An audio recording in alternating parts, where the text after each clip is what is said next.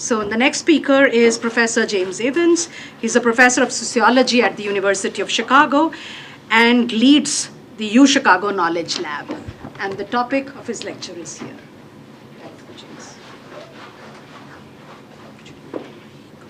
Great. Yeah, I'm not sure if this is a sociologist's perspective. This is my perspective. I work at Google. I work at the University of Chicago.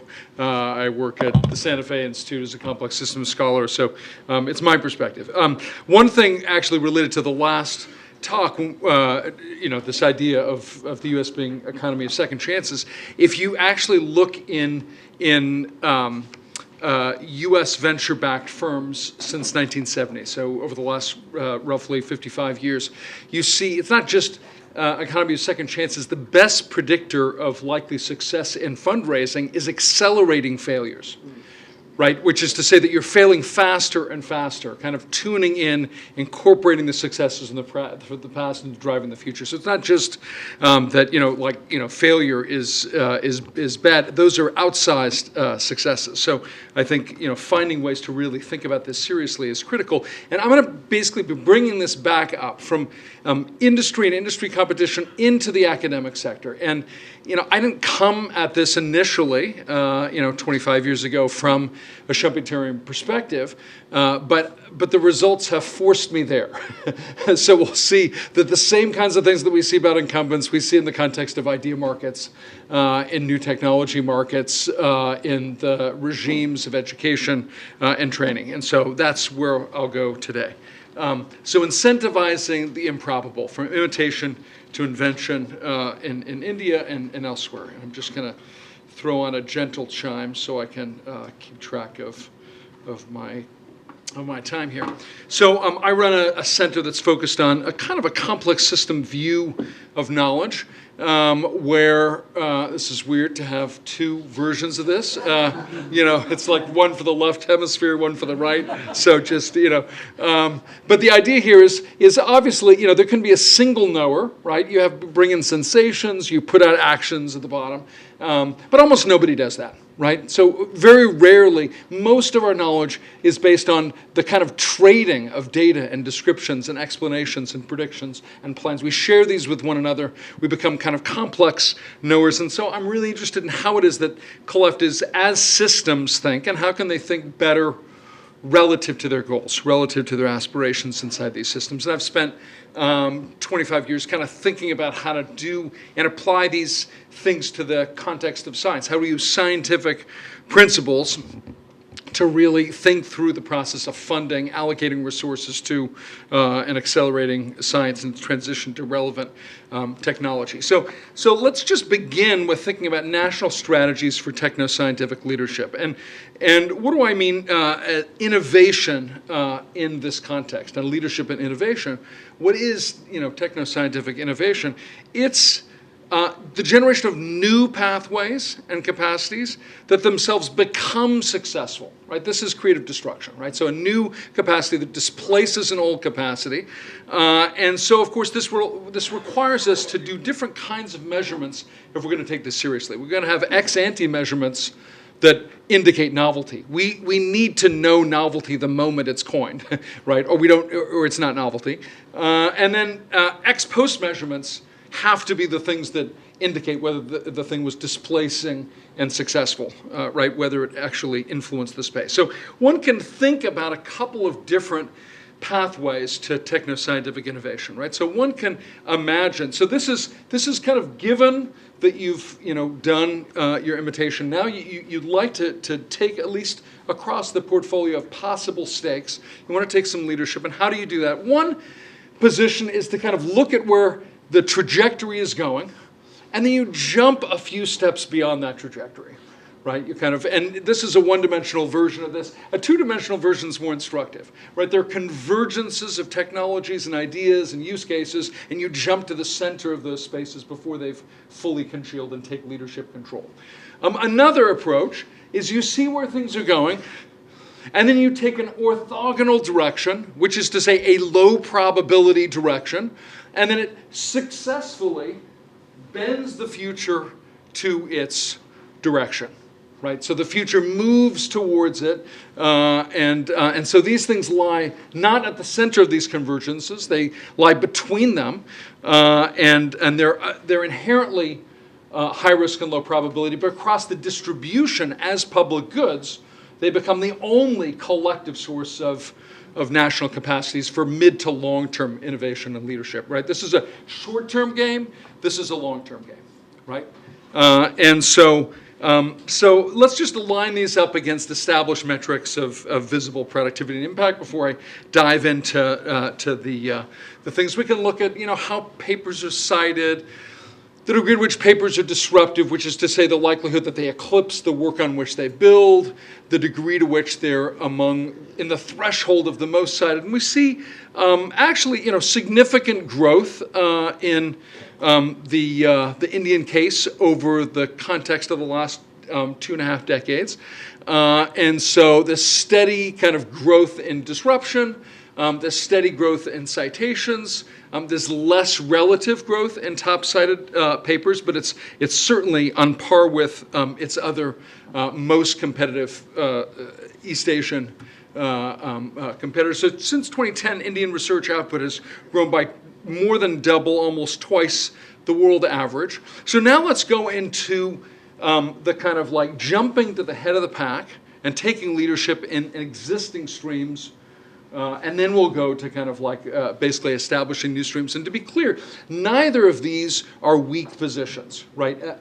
A leading economy needs to take both moves. They need to both work at the existing frontier, and they need to be able to kind of be moving in other directions that hedge that frontier against possible growth. So here, I'm going to define emergence, right, as this ability to jump beyond a step, which involves convergence, right, so different research areas that are coming together, acceleration of research in those areas, and then sufficient prevalence that it counts for enough mass in the area that it's recognized. So how do we measure this? Well, one way is to think about what inferences are most likely cognitively to whom across the scientific space, right? So you can imagine these are a set of papers. These are the people who are writing the papers, who are hollow objects here. These are the contents of the papers. They could be, precise functions that you might want to satisfy, like photovoltaic capacity. They might be particular chemicals that would allow you to do that. And so we can basically run, in this case, 1 billion random walks over this space to build a simulation of the relative likelihood that any particular person is able to see any connection. And of course, those people live in institutions that live in countries. And this allows us to predict who is where inside this space. And if we just take this into account rather than just building compression models over the text, we improve our prediction of what's going to get discovered by 50 to 400%, right? Just by taking into account who is likely to see the things that are available to them because they sit at the center of those things. And we know that this is true because we can predict with almost 1 in 2 accuracy the precise person who is likely to make that prediction. So if you give me, hey, this particular copper compound is going to have photovoltaic capacity, with a rough baseline of about 10,000 people who could have made that discovery, I can predict 1 in 2, right, with a precision of 1 or 2. Why? Because it's a high-dimensional space, and sitting in the middle of 2 things inside this space is actually quite rare. And so this ends up being highly predictive of who's going to see what. Obviously, these are individuals, but countries and companies sit in these precise high-dimensional junctures that make it highly predictive what they're going to see, what they're going to be able to invest in the future. And so now we run this over the whole scientific space. We can identify all the areas that are more or less emergent, right? They're converging. People are jumping to those parts of the space. And if we stack these up against countries, it becomes clear that this is China's game, actually. Right, so this is the share, the global share. Obviously, they have a massive increase in relative papers, but this is the per paper game. And so we see even per paper for every single paper, any particular investigation they engage in, they're much more likely to strategically, as a matter of kind of like industrial scientific policy, to place that paper, just one step beyond the frontier, inside those critical technology areas. And if we break these down by specific areas, we find that they're much more enriched in those areas: battery technology, battery storage, energy generation, semiconductors, artificial intelligence, et cetera. So since 2010, Indian research in the short-term leadership has significantly reduced, right, relative to their global competitors. This is not the game that they're playing. So it turns out, however, if we take that same framework, and rather than predict where it is that scientists are likely to go, but we basically build random walks across the space to places that they're not going to go. So we look for scientific places of promise, which are not where scientists are. So this kind of violates the kind of assumption that scientists are in the best possible place, the Panglossian assumption. It turns out we do better not only in variance, but on average, right? So we do better on average than those individual scientists in every domain that we look at, and in roughly 75% of the drug repurposing domains. And we use these now to generate basically high throughput predictions in pharmacology and material science and a number of other places. So how do we think of impressions? This is the surprise.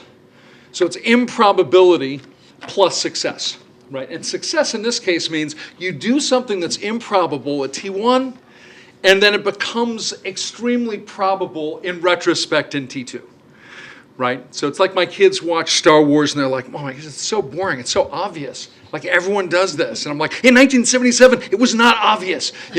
Like everything has followed it. It became obvious in retrospect. This is the way in which we're going to characterize this, both in terms of the specific contents, the things that get combined, and the context from which they are combined. Right? And it turns out that the context from which they are combined are things that are unlikely imagined by others inside the sector. These are the things that are most likely to drive citation attention and really disruptive innovation. They're not the most likely to generate awards, because awards are given by contexts. Right? So things that violate the boundaries of physics are very unlikely to get the Physics Nobel Prize. And we can show that on average. So how do we do this? Well, one way is we build this most probable baseline model. In this case, it's kind of a hypergraph embedding model. So we build a high-dimensional manifold. We place contents and context into it. We wrinkle it to maximize the likelihood that if we pull down the space of all papers in a given year, that this maximizes that likelihood of that Poisson draw across the space. And then we allow that manifold to move with Brownian motion, which is locally random motion. But it turns out that local random motion ends up being a really strong predictor of the relative likelihood that people are going to bump into other things inside their space and then end up capturing. So then we pull down that new random manifold in the next period, and this is our prediction of next year's papers. And this prediction has an AUC of roughly 0.93. Like it does a great job of discriminating the papers. The problem is the papers that are the best are the papers that most violate that expectation.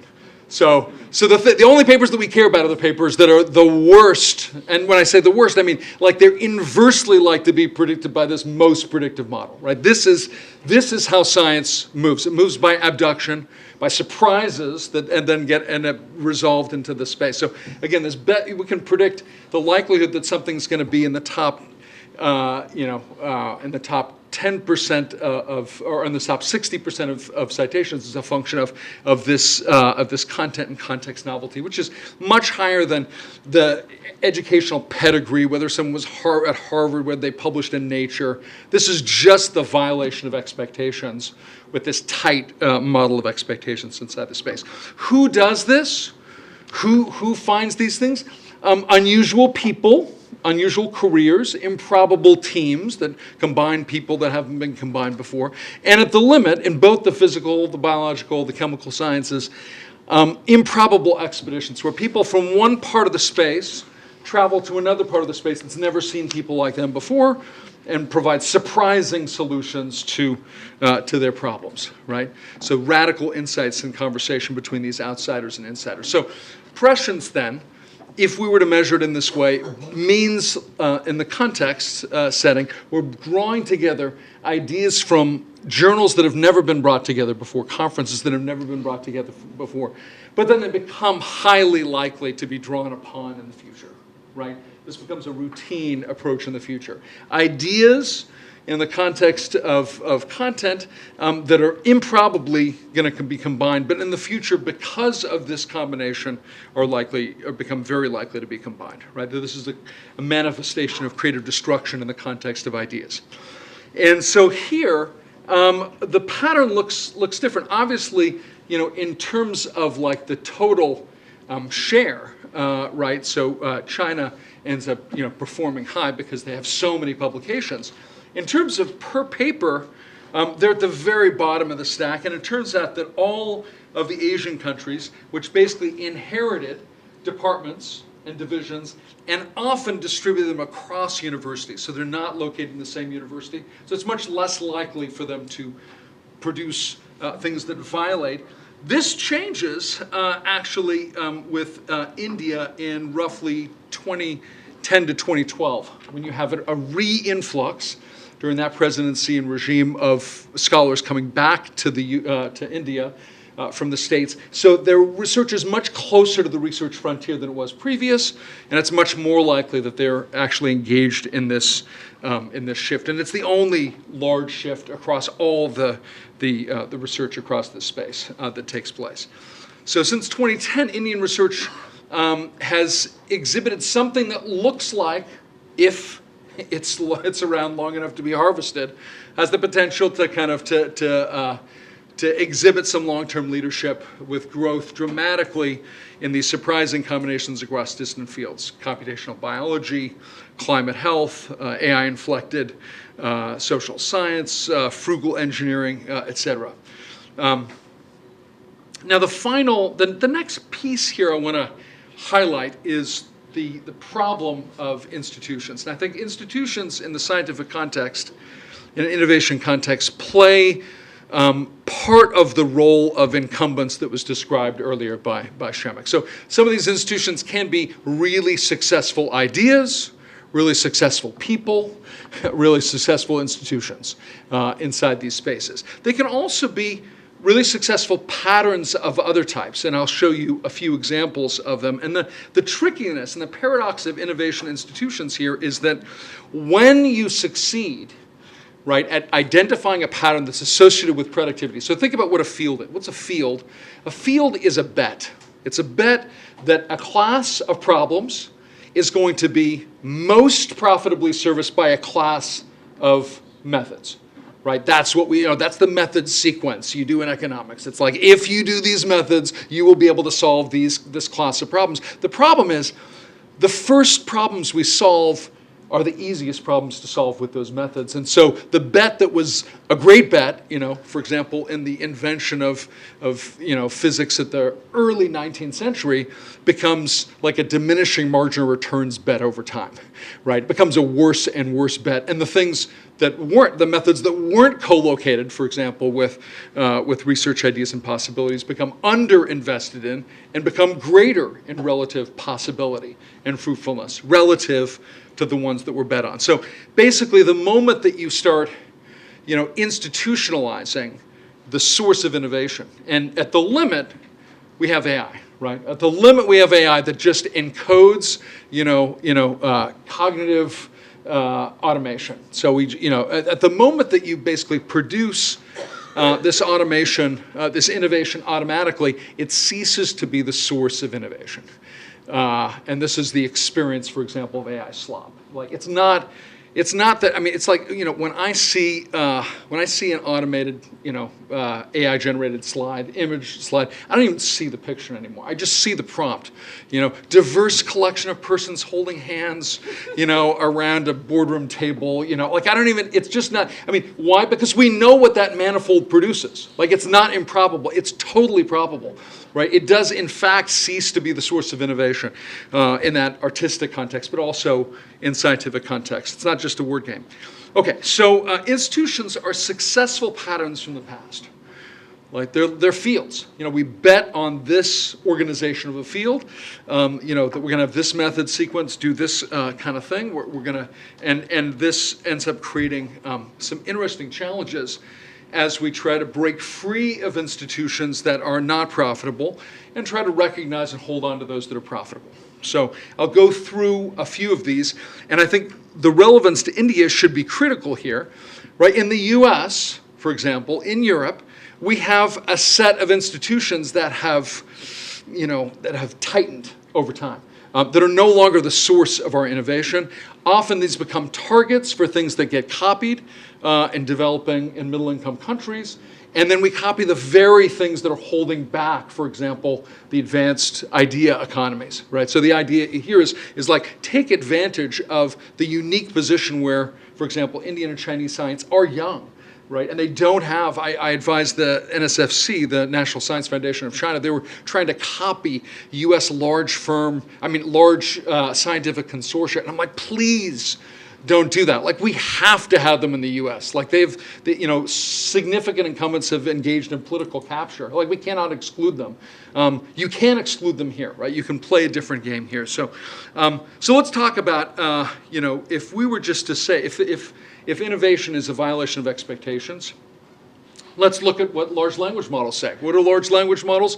They are arbitrary function approximators, where the function is the generation of like all human languages, or all photographic images, or all other data of some sort. In the context of language, it's an autoregressive language model. You're predicting future tokens from past tokens, but they're not actually tokens, right?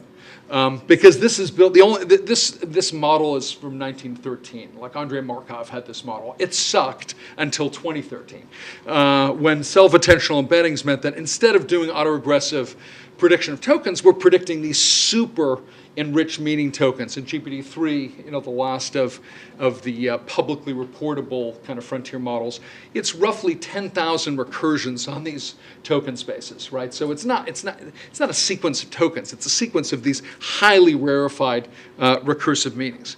And so, this is that 2013 model. This is the game that they're asking roughly 10,000 times, across 96 multi-heads and 96 layers, is for any given word in the attention window context, what are the most related words that kind of predict that word, and then recursively over the layers you bring those other meanings towards the word in question. Okay, so if we take this model, and we basically look at, in this case, these are all the open models that are published from 2022, end of 2022 to the present, and we look at all the papers that are generated right after those models, right? So these are the most improbable papers, and we find that improbability alone, conditional on context, is the best predictor of the relative likelihood that they'll show up in the top 5% of impact factor journals. And in the short term, they don't get a lot of citations, but the journals are betting on the long term. Like, they're well aware of this dynamic. I ran both the retreat for the Nature and the American Association of Science, the Science Journal editors retreats this year, and they understand the fragility of this bet. These surprising papers are much more likely to receive awards. They're much more likely to receive higher reviews. They're much more likely to reflect the uncertainty that's reflected inside the scientific space. So they're much more likely to be associated with longer review cycles and greater variance. I think one of the most interesting things is when you look at who funded what across this space. So in the US scientific system, surprise, surprise, the speculative defense-oriented agencies, DARPA, AFOSR, and ONR, if the thing was highly surprising, it's most likely to have been funded by them of any other funding source in the world. The NSF and NSCRC is a kind of a lower latitude, which is roughly the same as Europe and their agencies. The NIH is just downward sloping and constant, right? So basically, the more surprising the work is, the much less likely it is that it was funded by the NIH or Wellcome Trust in UK. I mean, this is consistent across the world. European agencies, including India, are effectively flat. They're like block grants. There's no discrimination. If anything, there's a little tail down at the context. So they're not building out the frontier of their portfolio They're as likely to fund things that are completely obvious as they are to fund things that are completely unlikely across the space, with a slight less likelihood for the higher bets. So thinking through how it is and where it is that countries are systematically placing their bets and building a kind of a competitive portfolio becomes another critical part of advantage. Now let's go deeper, not just the research project, but the people themselves. So the demography of researchers becomes a critical way of diagnosing the likelihood of innovation in a given context. This was a science paper of ours about a week and a half ago. The Economist had a feature of it 2 days ago. So the idea is, if we look at who is publishing work, of all fields at all times and all places, everybody's favorite citation is 1.5 years before their first paper. Right, so there's this massive imprinting effect. It's on average, but it's a very sharp average. Everybody's favorite project. Now, if you're successful early, these are the incumbents, right? If you're really successful earlier, you age much faster, right? Which is to say that the relative age of the ideas that you're pulling from, not just because you're prideful, but it's also that you get locked in. I mean, people, no one's going to the Cyndi Lauper's Las Vegas residency to hear her new stuff. Like, she was famous in the 1980s. People want to hear the 1980s songs. You know what I mean? Like, Thomas Kuhn could not escape his most famous nonfiction book of the 20th century. I mean, nobody wanted to hear anything else. What's interesting, as scientists get older, they end up systematically pointing and shooting or systematically criticizing the young ideas that are competing. So these are the incumbents. And we can see it's a massive and stark and significant rise. When they hit roughly 10 years out of first publication, which is roughly tenure, they end up just systematically trying to criticize and take down competitors inside the space. We see this is associated significantly with the probability of producing disruptive papers, or among the most disruptive papers across all fields. And when you look at policies that manage demography, so for example, in the US, in 1994, the Supreme Court made it illegal to have a forced retirement scheme. At 65, at 70, you could not discriminate against anybody for any age. And that year, relative to the UK, Canada, and New Zealand, and Australia, plausible other markets, the churn of ideas in every field systematically went down, and the average age of citations in every field went up.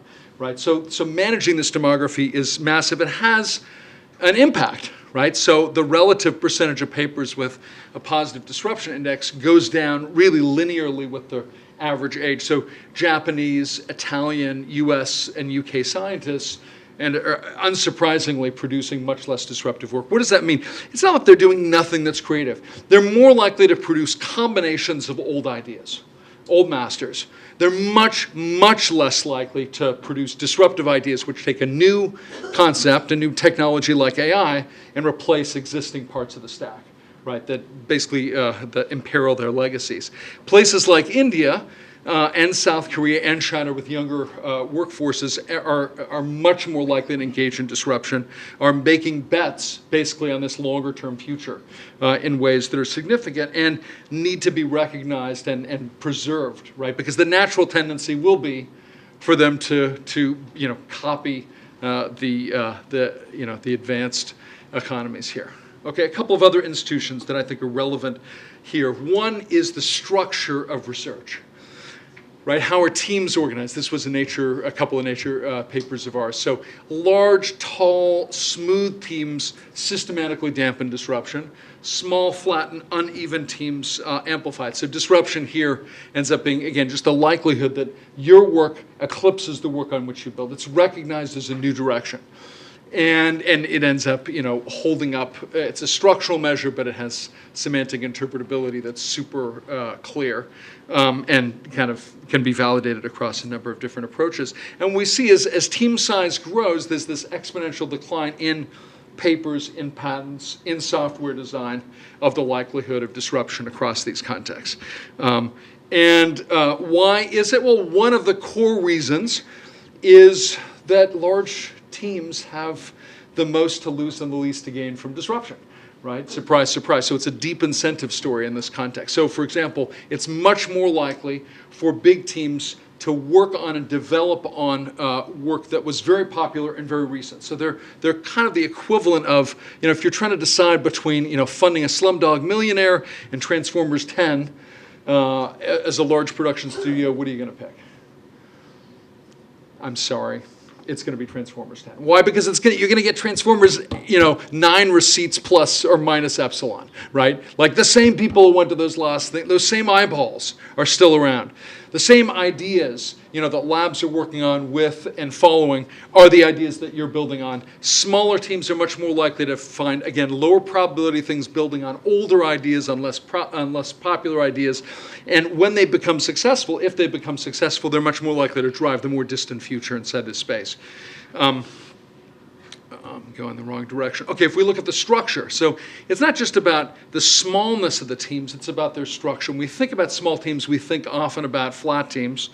And we think about large teams, we think about pyramids, but we can measure this directly, the ratio of kind of brains to muscles, forgive me, in this context. So if we take all of the descriptions of who did what in every paper that's publicly available, and we identify and we cluster basically those tasks across people inside the space, they cleanly crop into 3 lumps. One are leading, conceiving, coordinating, designing, supervising.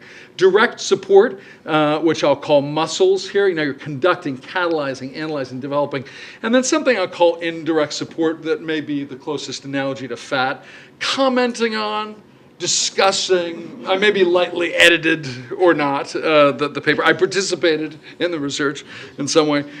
So if we shake these out, we can end up predicting about 85 to 90% of that likelihood is a function of the position of kind of whose sites and ideas from prior work are present in the current thing. We can extrapolate it to the whole universe of publications, and we find an even stronger effect than we found for size. So flatter teams are more likely to do disruptive things, are more likely to do novel things. They're better for their incumbents. They're worse for their workers inside the teams on average. And they're more likely that if they succeed, they're going to be successful in the mid to long-term future. They change the future directions when the current directions are exhausted. The same thing is true for teams with holes in them. What do I mean by that? Well, I mean, if you were going to try to just smoothly build an institution, if you wanted to combine distant ideas, maybe you'd tessellate. You'd place people along the pathway evenly between those two ideas. It turns out if you do that, you will produce the most obvious products. In fact, if you embed these in some representation space, like the one underlying large models, then the ideas will be just exactly collinear with the persons. If you have larger holes in the middle which invoke a search process, then the pathway ends up going in all kinds of directions across the space. It's much more likely that the work is not just disruptive to the team, but disruptive to science as a whole. And I won't go through all of our measurements there. Another institution is, again, ironically, the success of fields. As fields grow, right, another measure of scientific success in a country, then the likelihood of entering into the canon collapses exponentially. Right? Why? Because it's like a social contract, right? So if you go to the neuroscience conference in the U.S., which it's in the U.S. 4 out of 5 years, it's like, it's like 40,000, 45,000-ish people at this thing, so it's a small city. You have to cite all the same canonical works, right? So everything kind of converges to these critical centers of the scientific space. Moreover, if you look at, it's not just fields themselves, but what fields look at.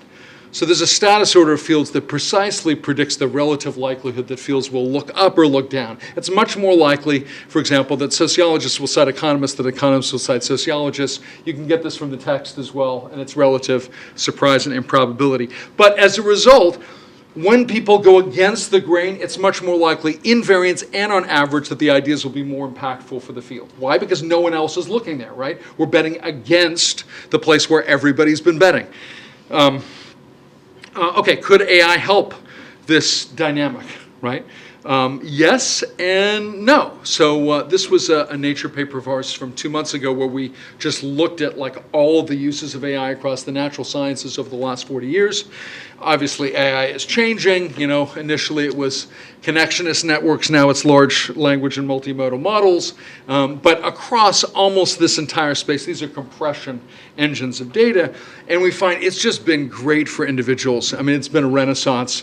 You get 300 to 400% more citations on average than your colleagues at any point where you switch out to using AI. And for whatever reason, for example, if you move to a new institution, which surprisingly has people in AI, then it's more likely that you're going to switch to using AI and your citations will go up. It's less likely that you'll drop out of science. It's more likely that you'll be promoted about 1.5 years faster than anybody else. But your science will change. And how will the science change? Towards the institutional center. So you'll all move as the parameter intensity of the models increases. You increasingly move to the areas with the biggest data in the field, right? And as you move to the big areas of the biggest data in the field, the space of questions ends up shrinking markedly and shrinking at an accelerating rate, right? Because you're not betting on the things that AI could uniquely do. You're betting on the things that everybody will uniquely recognize AI as having dominated, which is not, in some ways, the maximum value proposition. Moreover, AI kind of completes or kills fields as a result much faster than it grows new ones.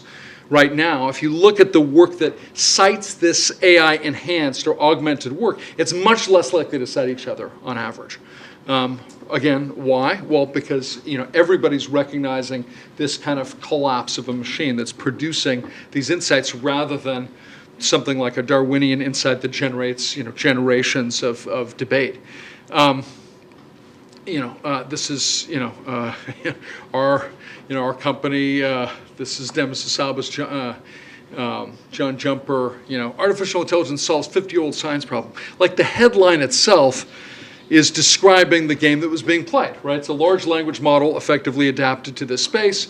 If you were to think of this as a matrix of a sequence of amino acids relative to the structures, it's a sparse matrix because it's expensive to do X-ray crystallography, and then we're pulling a high-dimensional stretchy manifold over that space and filling in the missing cells, right? Then this is effectively a deductive act, a continuous deductive act. Like it's designed not to do anything surprising. It's designed to produce useful and workable protein structures, which it did.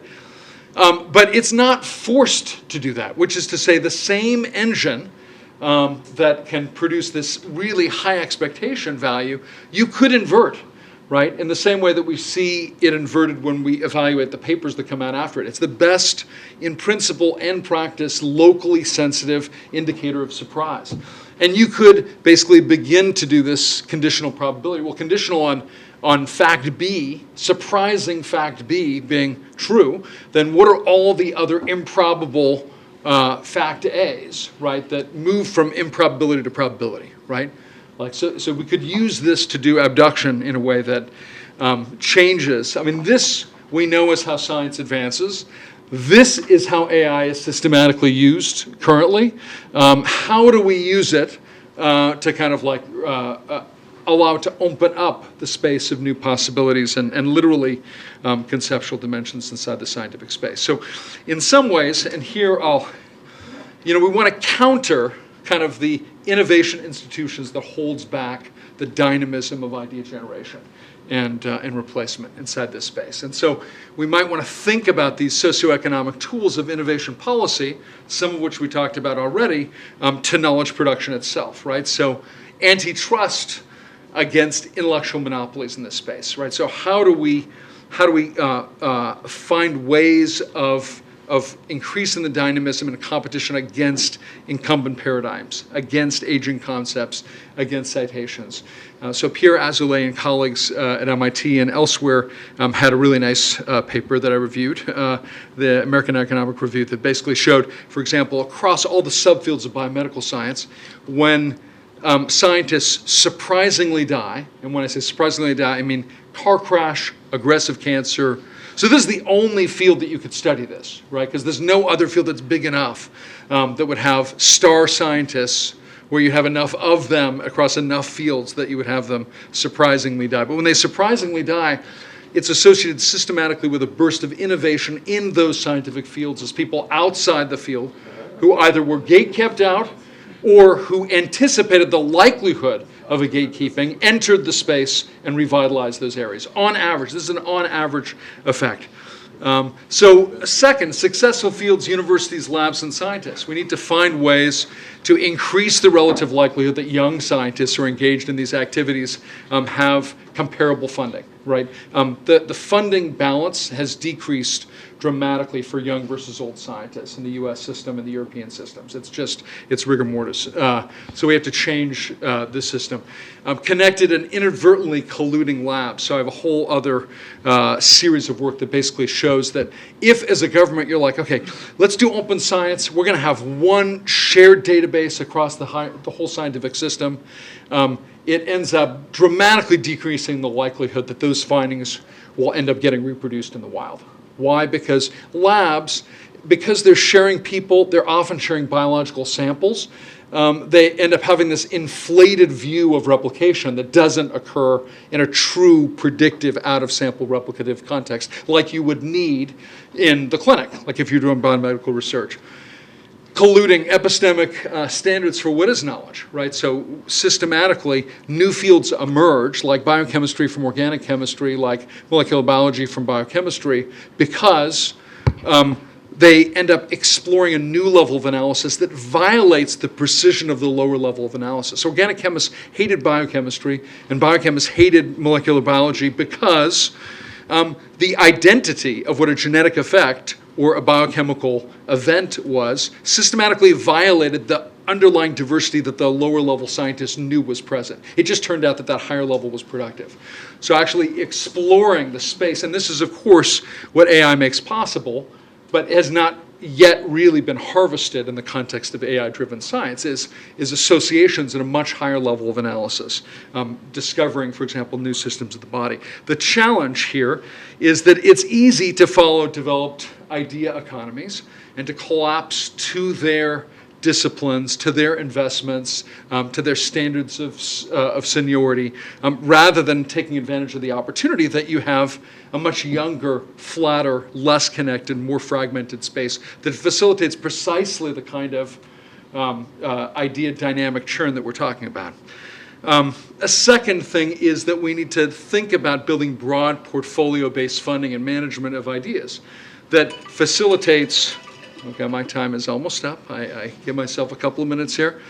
Distinct priors, distinct methods, distinct and disconnected research groups, and the possibility of embracing failure ends up becoming absolutely critical in the scientific context as well as the industrial one. So, for example, the same thing that I was mentioning in the context of venture-funded startups, we see in the context of scientists. Scientists who succeed early on are impossible. Like they cannot move on beyond their initial work. I'm not saying there are no scientists who can do that. I'm not saying that any scientists were harmed, maimed, or killed in the context of doing this research. I'm just saying that it's like actually those who fail early on end up being more productive for longer if they survive inside the system, right? Because they're not wedded and completely connected to a set of ideas that succeeded surprisingly early on.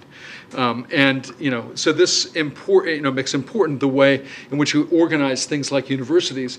We find with a survey of about 15,000 scientists that when we ask them what's the intellectual influence of a random citation dragged from a random paper, and then we assay where those papers and references and ideas come from, it's from someone who's in the same institution but not the same department, whose idea is the most distant from them across the embedding space. So these are people that you would never go to a conference with, right? They're people that you would never design your career to be beside.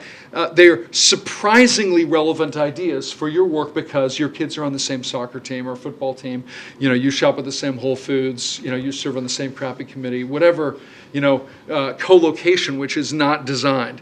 And we find this systematically when we look across teams. So this is a study of about 100 million teams in science, tech, startups, films, Wikipedia. We embed those people as a function of their prior work. We build evolving representations in these spaces, and we find systematically for all spaces diverse perspectives and people who are relatively close together. So they're close enough that they can speak, but they have diverse angles on the artifact or the product that they end up producing, end up systematically doing better. And this is not just a function of selection. If we just literally simulate those agents, we produce the equivalent of like a fantasy baseball or fantasy football team with scientists. We produce them, they end up generating insights across these spaces. We find exactly, within 5% of the effect that we see in the selected effect. I'm gonna jump across there. Okay, the final idea here is mechanism design. So we need to build new, flexible institutions. These are logics that drive the generation of new institutions that facilitate sustained, improbable connection, right? Rather than ratifying and milking to diminishing marginal returns the connections that are hypothesized initially. And new generations of AI agent investments that deliberately kind of build scientists and engineers that facilitate unlikely combinations. Now, this is possible in some systems. So reasoning models, this is the reasoning model architecture. So it's an autoregressive model. We add reinforcement learning. We have 10 to 100,000 questions. We reward them for talking to themselves and for the right answer. And we look inside these models. Now, again, these are models where we knew the right answer. Okay, that's not research, right? That's ex post. We knew the right answer. They end up doing the right thing. So these are the base models on which these reinforced models are built. They have 500% more conversational behavior.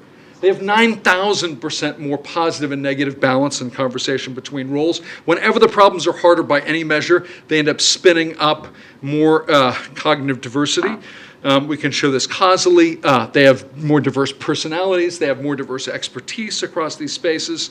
And here I'm just going to jump to one final idea here. So it turns out AI is not good for anything. It's just what's AI good for?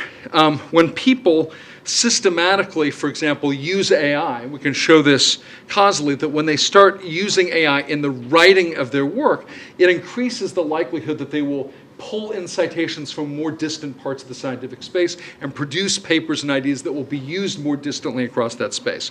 So that seems good, but when we see something like the Moltbook moment, so this is where we've got AI agents that can control their hardware environments, they reboot themselves and can work on long scientific problems.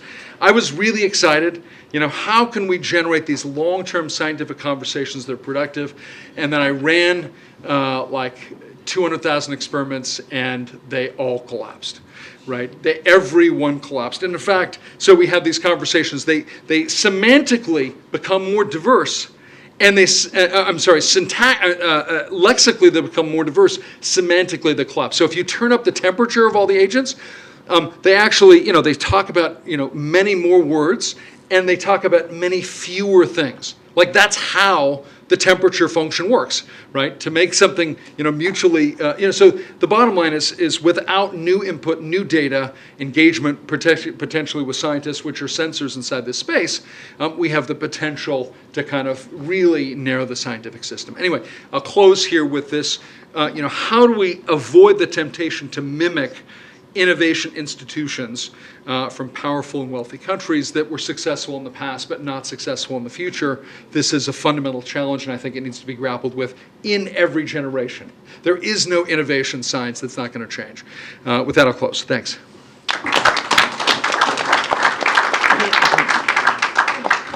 We are running behind schedule, so we'll take only 2 questions. Professor is going to be around for the tea break and the reception after that. There's a panel happening. You can ask your questions then. So let's take both the questions and Professor can respond to them together.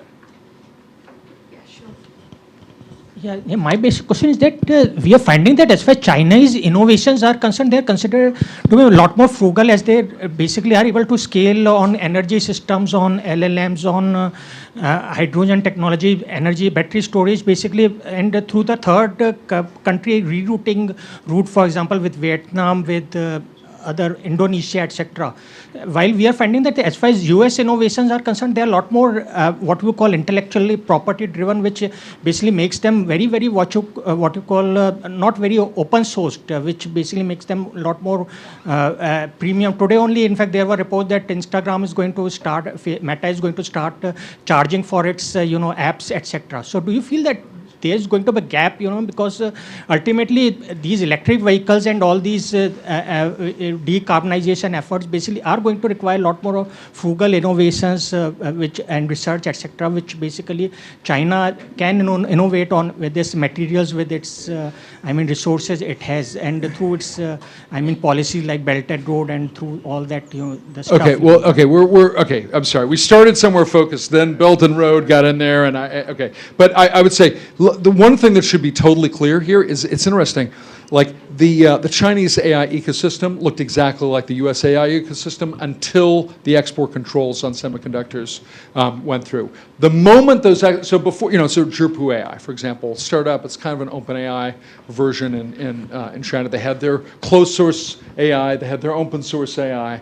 The open source AI was roughly the same distance between GPT-2 and GPT-3 and then 4, in terms of the gap. And the moment we basically, enforced export controls, it had the unexpected effect of unleashing the entire Chinese economy to an open source modeling framework. And you can see the moment those export controls went out, everybody, and disproportionately Chinese engineers, started harvesting and downloading from Hugging Face, for example, open source and open weight models. So that game, there are unintended consequences here. It's not like those just grew out of cultural differentiation. It came as a result of strategic moves. We basically forced their hand to play in the open space. And so now, right now, we have the illusion that US, for example, patents are only building on US technology because there are no patents that have Quen, for example, Qi1, the Alibaba open source model. But if we look at those companies and the same people who are the inventors on those patents, if we look at their papers, they're using Quen all over the place, right? So U.S. firms and U.S. Kind of open source academics are dramatically and disproportionately using Chinese open source models. And so there's a really interesting kind of cause and consequence for taking different strategic and policy positions that ends up, in this case, backfiring relative to the US expectation in ways that were beneficial to the world, right? Even to the US open innovation ecosystem. So I think it's more complex than just kind of like what are individual, these bets were all made as a result of other bets that were previously made, for example, in this case by the US. One more question.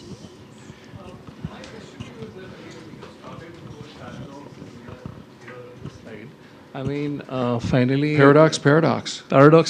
Yeah, I think the problem, here is that we're just over, we want to build educational, institutions, we want to build academic institutions, but these things harm innovation, so it's just a deep But my challenge. question to you is that, do you think that finally it has to be crowdfunded, or do you think, because if it's the distribution of wealth is concentrated, whether in quote institutions or individual, it will, or country, it doesn't matter.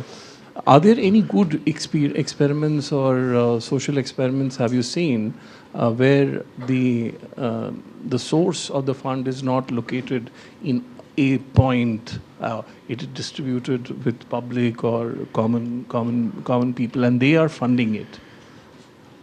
Yeah, these are small scales. I think the dynamic here is best characterized by regulatory capture that feels very similar to the ways in which we see regulatory capture in the Italian case, right? In the same way that the companies are buying people, individual research labs are kind of effectively buying positions on a NIH study section that they inhabit for 15, 20 years and kind of capture that part of the space. So I love the idea, and I think this is, one thing that could facilitate if not crowdfunding, certainly more philanthropic funding, are basically indices that showed exactly the degree of capture that's present.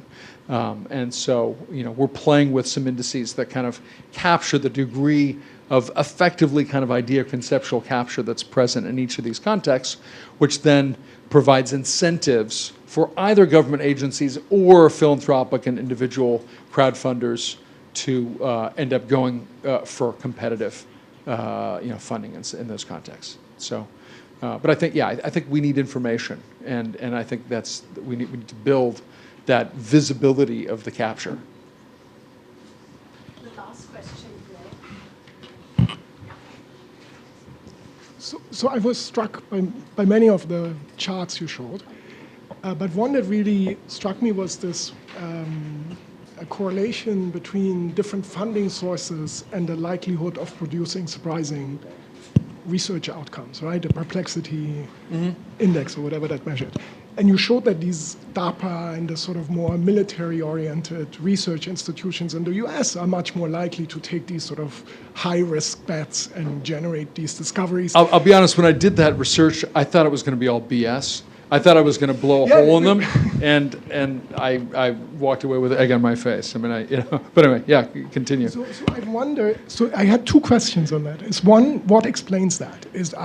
What is driving that behavior? Is that systematic in the way these institutions look at their research portfolios? Number one, and the other one is, have you looked, or others have assessed whether then these bets pay off in terms of actually not just changing the course of scientific discovery, but actually generating insights that then lead to productivity growth and other things, economic benefits in the economy? Yeah, so we see this in two contexts, right? So one is, DARPA was funding ESP research in the 1990s. I mean, it's like they were funding batshit crazy research. These are very low probability things. And it turns out a few of those bets have systematically paid out. The tricky thing is, on average and invariance, what did they supported Siri, they supported the internet. The things at the tails are so huge, or world-changing things that both in average and variance you can't actually calculate this, because you have to incorporate those tails, and those tails they've created whole new economies. There's no question about this. One of the things that we see in earlier work that I didn't present here is if you look at, for example, industry and academy. So these are science-based industries like plant biotech, at the dawn of plant biotech, before it had a product, basically.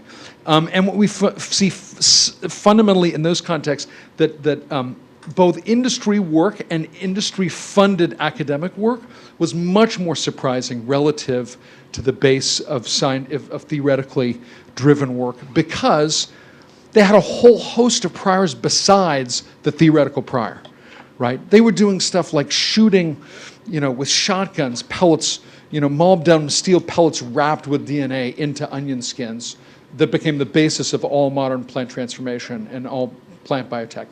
There was no theoretical reason why this should have worked, but there was a market reason why, if it did work improbably, it would be very successful.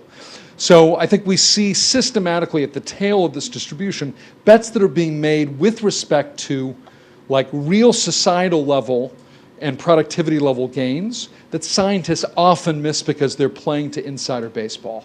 They are playing to their scientific peers. They're not looking, and they're not valued systematically as a function of their ability to perform in these outside, really societal, social benefit enhancing games. So I think systematically in the tails they win. They don't always win in the mean, but like a venture capitalist, or like the imagined venture capitalists, that's all they care about is the tails. Great, thank you very Thanks. much. Yeah.